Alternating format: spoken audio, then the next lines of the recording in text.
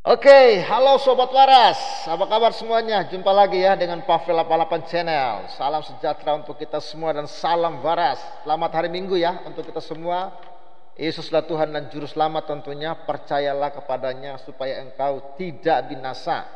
Dan Yesus tidak pernah mengajarkan ya kepada kita untuk berpoligami, tetapi diajarkan kepada kita untuk setia kepada pasangan hidup kita. Untuk istri, tunduklah kepada suami, suami kasihilah istrimu. Dan penciptaan manusia pertama pun ya Tuhan menciptakan Adam dan Hawa ya. Tuhan tidak pernah menciptakan Adam itu ya dengan beberapa Hawa, tapi satu ya. Artinya Tuhan menghendaki bahwa dalam keluarga itu ya suami satu istri, bukan satu suami lalu 5-4 istri ya. Itu bukan ajaran daripada Tuhan di dalam kekristenan ya, itu dalam kekristenan. Dan hari ini ya berbicara tentang poligami, saya kaget ya, ternyata ada beras ya, ini katanya beras super, beras Poles super. Lalu dalam beras Poles super ini kawan-kawan ada karikatur ya, karikatur seorang pria berpakaian Arab ya, pakaian gamis, dan 4 orang wanita ya, 4 orang wanita yang menggunakan burka atau jilbab ya, tertutup warna hitam. Nah, ini kawan-kawan lihat aja sendiri ya. Jadi dan dalam beras ini beras ya, ada ditulis ya poligami ya, beratnya ini 10 kg, kualitas terjamin. Ini apa maksudnya ini ya? Apa maksudnya kok bisa ada beras ya Poles super ya, capnya cap poligami? Apakah maksudnya kalau orang makan beras ini ya lalu kalau istri-istri ya beli beras ini, apakah mereka mengizinkan suaminya untuk berpoligami? Atau kalau makan beras ini otomatis ya laki-laki itu akan boleh untuk memiliki 4 istri, atau bagaimana? Saya juga masih bingung bagaimana. Ya, dan ini kawan-kawan viral ya, viral beras Poles super ini. Dan inilah uniknya di agama seberang ini ya, apa-apa mereka kait-kaitkan dengan agama. Ya, kita tahu bahwa ada yang namanya minimarket ya 212, itu pun pakai embel-embel agama ya kan, minyak 212 ya, lalu air mineral 212 ya, dan semua itu adalah label agama gitu ya. Sampai beras pun ya ada cap poligami. Luar biasa ya, luar biasa. Dan inilah kawan-kawan realita ya. Dan apakah ini mereka lakukan karena memang ada pasarannya kali ya, ada orang-orang yang suka dengan barang-barang yang Islami gitu kira-kira. Padahal ya ujung-ujungnya produk ini cuman kemasannya aja yang Islami ya, seperti poligami.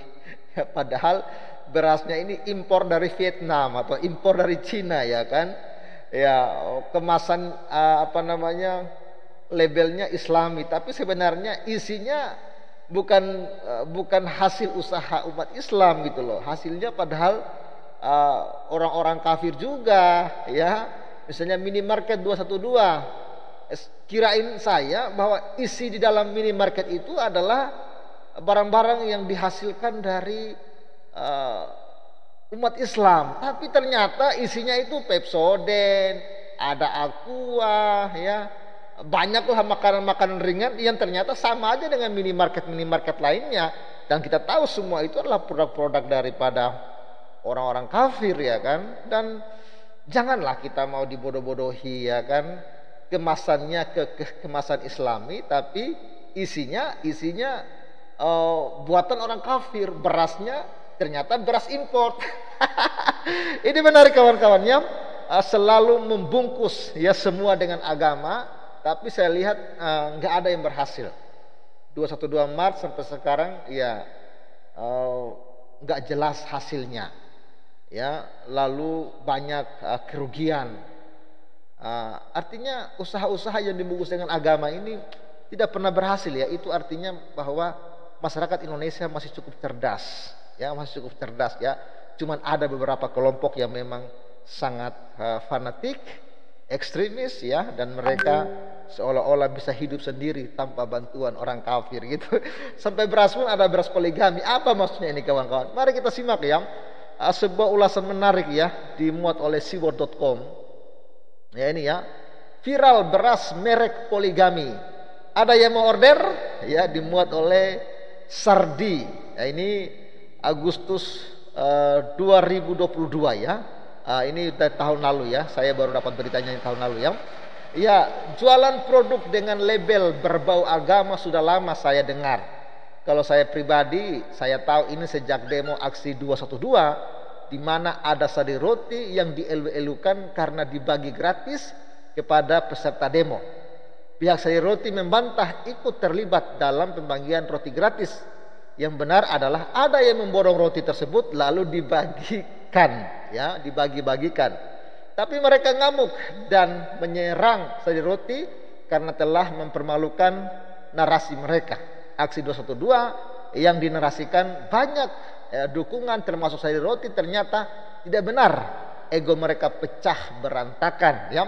Lalu mereka serukan boikot sari roti. Kemudian muncullah roti dengan label 212, air mineral 212, lalu 212 Mart. Ada juga koperasi syariah 212 yang saat ini sedang ketat-ketir, ya, sesak napas, ya. Banyak orang yang rugi, ya. Ternyata ini banyak berkedok, ya, agama, tapi banyak penipuan di dalamnya. Faktanya apa yang mereka boikot malah makin laris. Sari roti melejit penjualannya, bahkan saat ini sudah ekspansi dengan buka pabrik di Filipina. Keuangan juga bagus, laba terus naik. Sedangkan roti 212 entah kemana batang hidungnya. 212 Mart juga pelan-pelan rontok dan tak mampu bersaing meski sudah di-endorse oleh ulama atau mungkin dijanjikan sorga, ya. Sejak kejadian itu makin sering kita lihat produk yang ditempeli dengan label yang ada kaitannya dengan agama.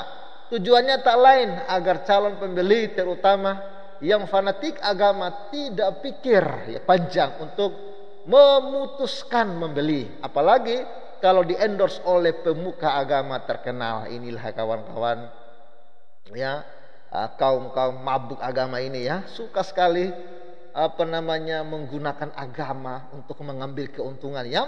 Saya juga masih ingat dulu ada 212 Messenger, ada juga, ya, yang digadang-gadang sebagai pembunuh WhatsApp, padahal, ya, source kode dibeli di market online, bukan buatan sendiri. Isinya katanya penuh iklan yang tujuannya memang dapat uang dari euforia aksi 212, modal minim, skill seupil, tapi berharap bisa menyaingi WhatsApp. Jadi kita menuju ke sekarang saja. Baru-baru ini medsos geger dengan sebuah foto kemasan beras 10 kg. Karung beras itu sukses menyedot perhatian publik karena nama dan gambar pada kemasan yang dianggap tak lazim. Dalam foto beras tersebut semua tulisan, ya, memakai huruf kapital warna merah terang. Pada bagian atas, ya, terdapat tulisan beras Poles Super, sementara di bagian bawah terdapat tulisan poligami. Ya, pada logonya ada 4 wanita, ya, mengenakan cadar hitam mengapit, ya, seorang cowok yang mengenakan jubah putih lengkap dengan sorban. Untuk lebih lengkapnya, ya, lihat saja foto di bagian atas, ya, yang kita sudah tampilkan tadi, ya. Saya sampai berpikir, untuk apa bikin kemasan beras seperti itu? Karena dari segi bisnis ini takkan laku meskipun memang akan mengundang sensasi dan pembicaraan. Viral dan heboh tidak selalu berujung pada larisnya produk atau bisnis. Kadang bisa, ya, backfire. Alasannya gampang, ya, kebanyakan, ya, perempuan biasanya takkan mau beli. Kemungkinan dalam hati dia membayangkan, ya, berasnya dibuang ke sungai Pria juga banyak yang nggak berani beli dan bawa pulang ke rumah. Ada kemungkinan ya, kepala benjol dipukul pakai panci atau kuali. Risikonya terlalu besar, bahkan lebih bahaya ya daripada efek dilempari HP. Atau bisa jadi ini adalah upaya bagi sebagian orang untuk menyebarkan isu poligami agar bisa lebih diterima masyarakat luas. Gak masuk akal juga. Tapi apapun niat dibalik itu, intinya sama saja. Cara mereka mempolitisasi agama selalu caranya konyol dan tidak bermutu, yang pada akhirnya membuat malu agama itu sendiri. Agama harusnya sesuatu yang suci, yang tidak bisa sembarangan dipermainkan. Tapi bagi kelompok sebelah, agama seperti barang obral yang bisa seenaknya dijual dengan harga semurah mungkin. Wong surga aja digampangkan kok. Mereka itu seenaknya klaim diri sebagai kelompok yang paling suci, paling benar tanpa celah dan noda. Hanya masyarakat yang bisa meredam ini dengan cara tidak peduli atau jangan dekat-dekat dengan hal seperti itu. Politisasi atau jualan agama bisa laris manis karena ada kontribusi dari masyarakat yang terkesan menerima dan tidak mempermasalahkan. Ya, pangsa pasar ada karena ada yang mau beli. Ada pembeli maka ada penjual. Yang beli banyak maka penjual makin menjamur. Ini hukum ekonomi yang sangat simpel. Bagaimana menurut Anda? Maukah Anda ya membeli beras logo poligami ini? Tapi sepertinya ya saya beberapa kali ke minimarket ya, saya belum pernah lihat ya beras ini ya. Apakah ini hanya dijual di negeri dongeng, atau ini hanya dijual di negeri kardrun, atau ini hanya dijual di negeri pencinta poligami? Ya entahlah, itu urusan mereka. Tapi ya kita sebagai anak Tuhan, kita bersyukur ya. Kita harus waras ya, kita bersyukur karena kekristenan sangat menentang yang namanya poligami. Kita tidak boleh melakukan hal itu karena itu bukan ajaran Tuhan kita. Dan setiap wanita yang waras pasti tidak mau dipoligami. Anda cari tahu lah, bahkan kepada wanita-wanita muslimah atau istri-istri muslimah tanya aja, kamu mau nggak dipoligami? Saya yakin mereka tak akan mau. Ya, mungkin ada yang mau tapi beberapa saja. Coba tanya, mereka nggak mau dipoligami. Ya, jadi kalau mengatakan ya poligami itu untuk keadilan itu bullshit. Ya, nggak ada orang yang bisa adil di dunia ini, kawan-kawan ya. Jadi ya itu urusan mereka ya. Dan kita bersyukur kita harus menjunjung tinggi perkawinan kita, satu pria, satu wanita. Setialah sampai maut memisahkan. Dan keluarga yang sehat adalah keluarga yang menghargai pasangannya.